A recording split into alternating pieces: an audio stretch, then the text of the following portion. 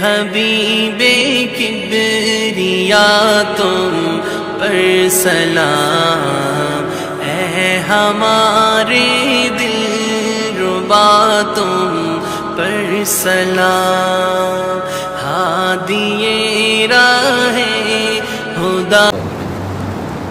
अस्सलामु अलैकुम वरहमतुल्लाहि वबरकातुह। इन्नल हम्दलिल्लाहि नहमदुहु व नस्तईनुहु व नस्तगफिरुहु व नु'मिनु बिहि व नतवक्कलु अलैहि व नऊज़ु बिल्लाहि मिन शुरूरि अनफुसिना व मिन सय्यिआति अअमालिना। من يهد الله فلا مضل له ومن يضلل فلا هادي له، ونشهد أن لا إله إلا الله وحده لا شريك له، ونشهد أن سيدنا وسندنا وحبيبنا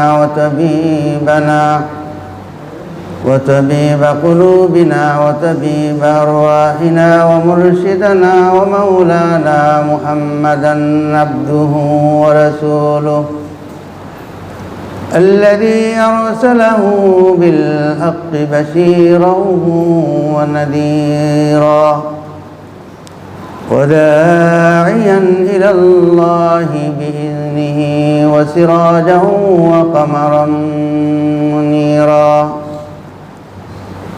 اللهم صل على سيدنا ومولانا محمد في أول كلامنا. اللهم صل على سيدنا ومولانا محمد في أوسط كلامنا. اللهم صل على سيدنا ومولانا محمد في آخر كلامنا. وصلى الله تعالى على خير خلقه محمد وعلى آله وأصحابه أجمعين.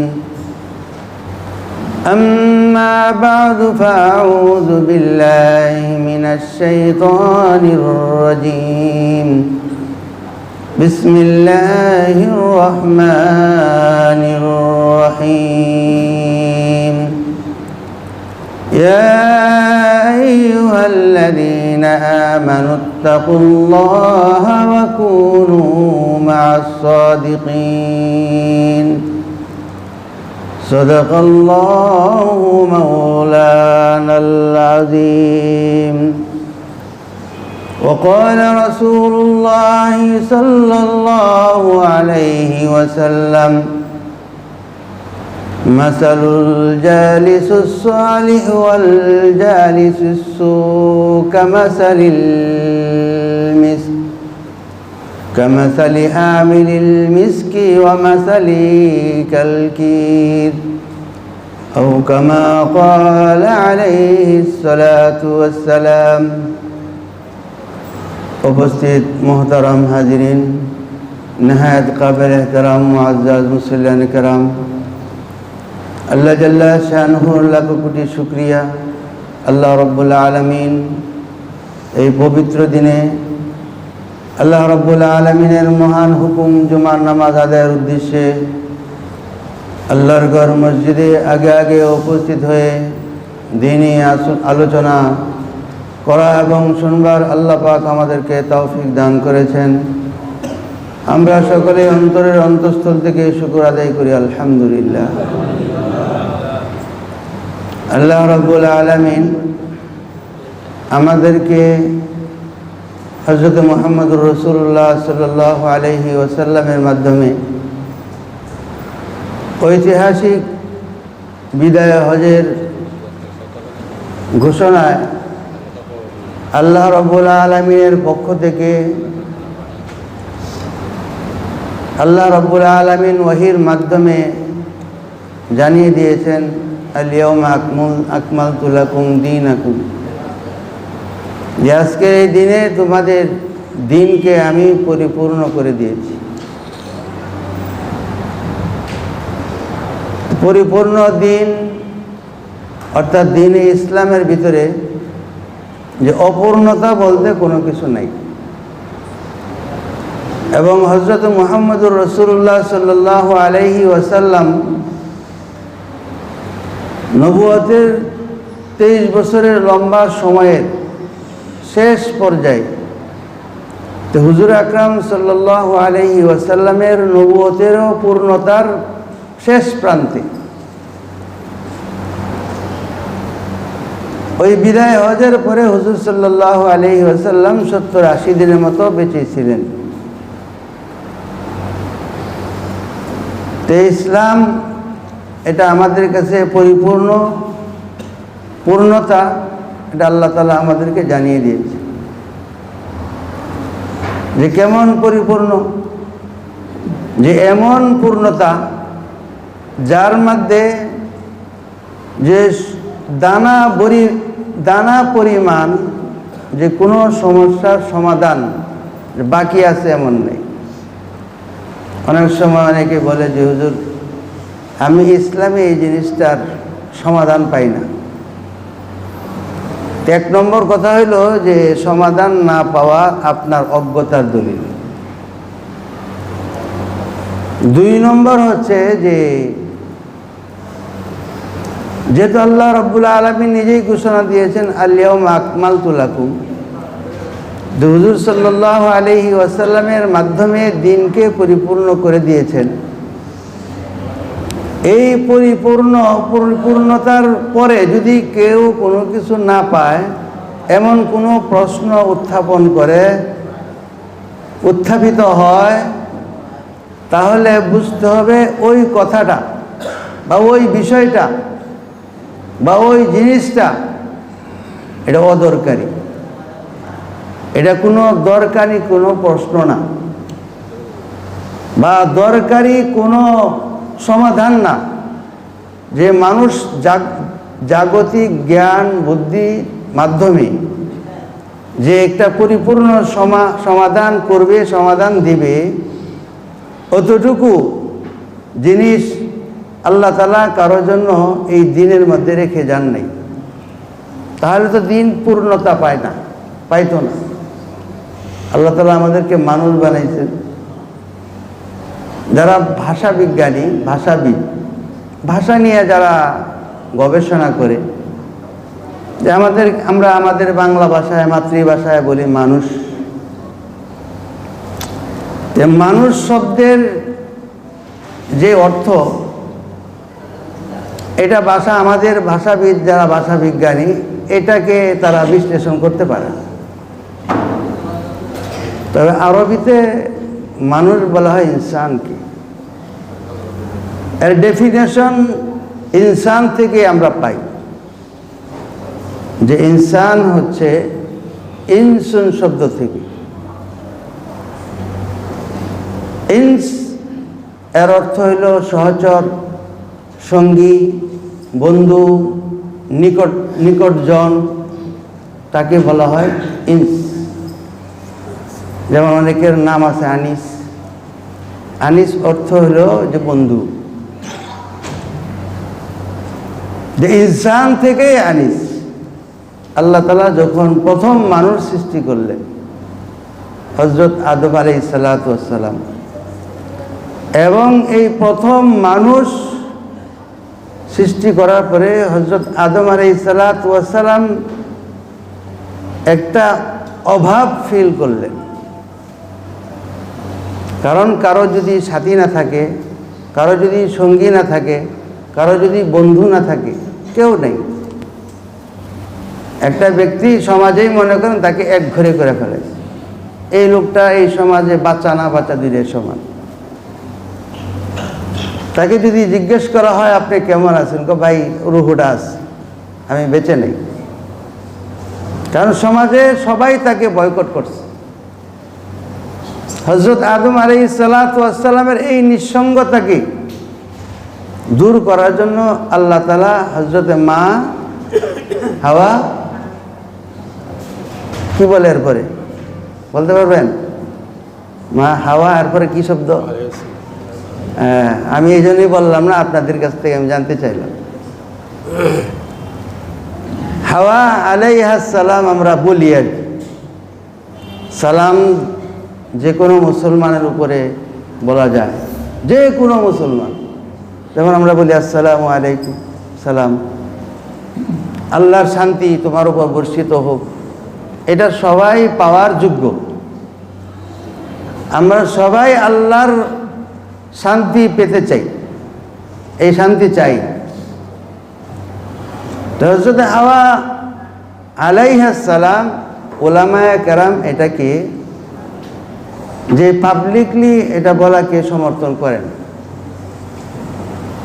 এই জন্যই করেন না, যে এর কারণ হচ্ছে আলাইহিস সালাম এই শব্দটা নবীদের শানে ব্যবহার। আল্লাহ তাআলা কোনো নারীকে নবী বানান নাই, কোনো নারীকে আল্লাহ তাআলা নবী হিসাবে নির্বাচিত করেননি। হযরতে হাওয়া হযরতে আদম আলাইহিস সালাতু ওয়াস সালামের নিঃসঙ্গতাকে দূর করার জন্য সঙ্গী তৈরি করে দিয়েছে। কারণ যার সঙ্গী নাই, আমরাই দেখি যে বয়স হয়ে গেছে, নিজের আপন জীবন সঙ্গী মারা গেছে, তার যে কি বিষণ্ণতা, তার যে কি শূন্যতা, এটা পূরণ করার মতো এই দুনিয়াতে আর কেউ নেই। যে শূন্যতা না নিজের ছেলের দ্বারা হয়, না মেয়ের দ্বারা হয়, না অন্য কোনো মানুষের দ্বারা হয়, এমন এক শূন্যতাকে পূরণ করছেন হযরত মুহাম্মদুর রাসূলুল্লাহ সাল্লাল্লাহু আলাইহি ওয়াসাল্লাম। যখন নবী হিসাবে আবির্ভূত হলেন, তো সর্বপ্রথম যিনি ইসলাম গ্রহণ করছেন তিনি একজন নারী। তিনি হযরতে খাদিজাতুল কুবরা রাদিয়াল্লাহু তাআলা আনহা। হযরত খাদিজাতুল কুবরা রাদিয়াল্লাহু তাআলা আনহা রাসূল সাল্লাল্লাহু আলাইহি ওয়াসাল্লামের সর্বপ্রথম যে ইসলাম গ্রহণ করছেন, যিনি হুজুর সাল্লাল্লাহু আলাইহি ওয়াসাল্লামের জীবন সঙ্গিনী। হযরত খাদিজা রাদিয়াল্লাহু তাআলা আনহা, তার জন্য আমরাও পাগল যারা মক্কাতুল মুকাররমা গিয়েছেন, মক্কার কবরস্থান তালাশ করে,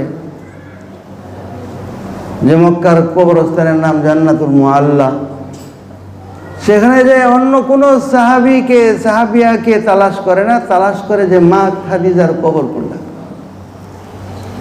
যদিও একুরেট এখনো জানা সম্ভব না আমাদের জন্য, যারা জানে নিশ্চিত তারা বলতে পারে। আমাদেরকে দেখাইছে, আমরাও তালাশ করছি যে এই অমুক জায়গায় এক কোনায় দেখাইছে, তো এইটুকুই আমান্না সাল্লাম না, আমরা মেনে নিলাম। হযরত খাদিজাতুল কুবরা রাদিয়াল্লাহু তাআলা আনহা শুধু নয়, হুজুর সাল্লাল্লাহু আলাইহি সাল্লামের যে সমস্ত আজওয়াজ, স্ত্রীগণ, এরা সকলেই মুমিনদের মা। তো সর্বপ্রথম ঈমান এনেছেন হযরত খাদিজা, তাকে বলা হয় রাদিয়াল্লাহু আনহা, হুজুর সাল্লাল্লাহু আলাইহি ওয়াসাল্লামের সঙ্গী। হযরত আদম আলাইহিস সালাতু ওয়াস সালামের সঙ্গী ছিলেন হযরত হাওয়া।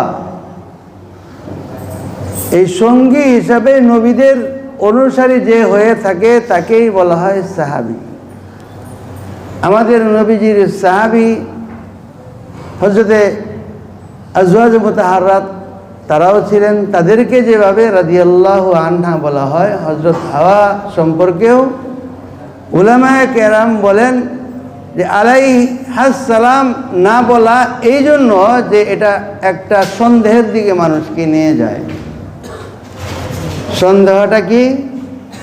সন্দেহ, এক নম্বর সন্দেহ হচ্ছে যে আলাইহাস সালাম নবীদের শানে ব্যবহার হয়। আর যখন নবীদের শানে ব্যবহার হয়, তখন এখান থেকে যে আমাদের বিভ্রান্ত মুসলিম উম্মার মধ্যে যারা আছে, যেমন হযরত আলীর শানেও ব্যবহার করে, আলী আলাইহিস সালাম, শিয়া সম্প্রদায় হজরত হাসনাইন রাদিয়াল্লাহু আনহুমা তাদেরকেও বলে যে হজরত হুসাইন আলাইহিস সালাম, হজরত হাসান আলাইহিস সালাম। যে এখানে তারা বলে যে হজরতে আলী রাদিয়াল্লাহু তাআলা আনহু তিনি নবুয়তের পর্যায়ের যে ওহী বার্তা ফেরেশতা যে ওহী নিয়ে আসতেন, ওহী নিয়ে আসার কথা আলীর কাছে ভুলে চলে গেছে মুহাম্মদ সাল্লাল্লাহু আলাইহি ওয়াসাল্লামের কাছে। আরও যখন গভীরে যাওয়া হয় যে দেখা যায় যে নিশ্চিত হযরত আলীকেই তারা নবী হিসেবেই তারা গ্রহণ করে।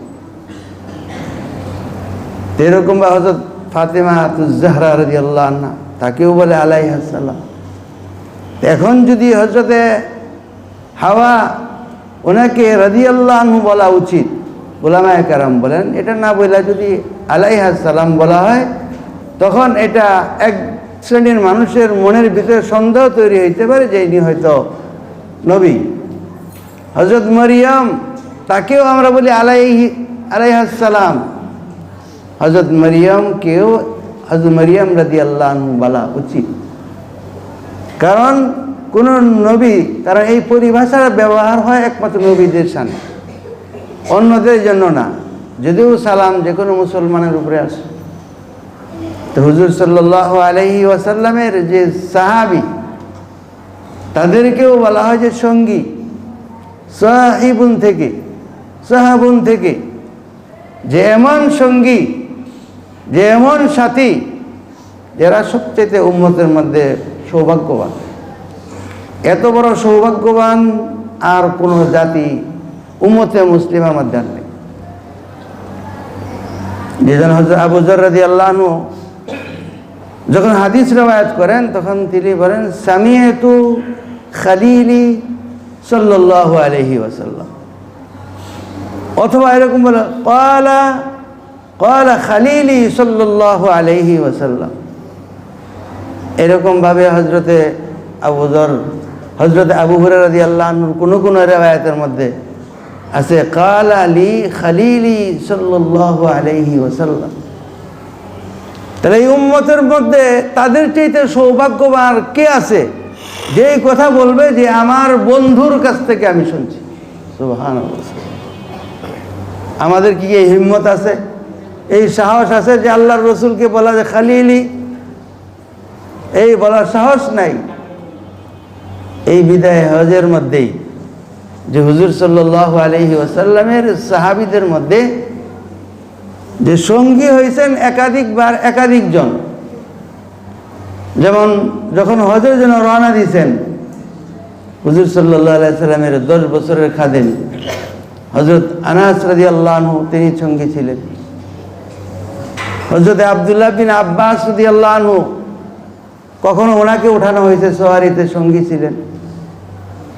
হযরতে ফজল বিন আব্বাস রাদিয়াল্লাহু আনহু তাকে আরাফার ময়দানে উটের মধ্যে উপরে ওঠানো হয়েছে এবং আরাফায় পৌঁছার আগের পথে হুজুর সাল্লাল্লাহু আলাইহি সাল্লাম তার পালক পুত্র হযরত যায়েদ রাদিয়াল্লাহু আনহুর ছেলে হযরত উসামা বিন যায়েদ রাদিয়াল্লাহু আনহুকে নিজের সঙ্গে উঠাইছে। এবং হযরত উসামা বিন যায়েদ রাদিয়াল্লাহু আনহু স্টেটমেন্ট হলো এরকম যে আমি আল্লাহর রসুল সাল্লাল্লাহু আলাইহি ওয়াসাল্লামের সঙ্গে সঙ্গী হয়ে এমনভাবে বসছি যে নবীজির পিঠ আর আমার পেট একসঙ্গে ছিল।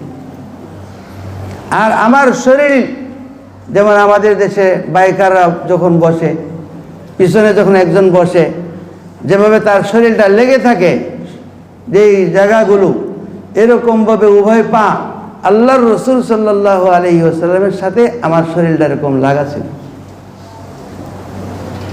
এইটাই হলো সঙ্গী। তো সঙ্গী দুই ধরনের। নবী আলাইহিস সালাতু ওয়াস সালাম বলেন যে সঙ্গী গ্রহণ করবে, তবে এক প্রকারের সঙ্গী পরিহার করা আর এক প্রকারের সঙ্গীকে গ্রহণ করা।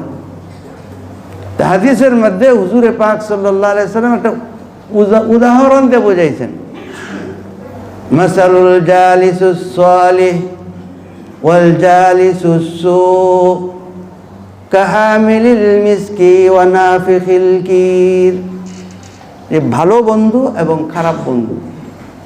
ভালো বন্ধু হইল যে কাহামিলিল মিসকি, যে সুগন্ধি বহন করে নিয়ে যায় তার মতো।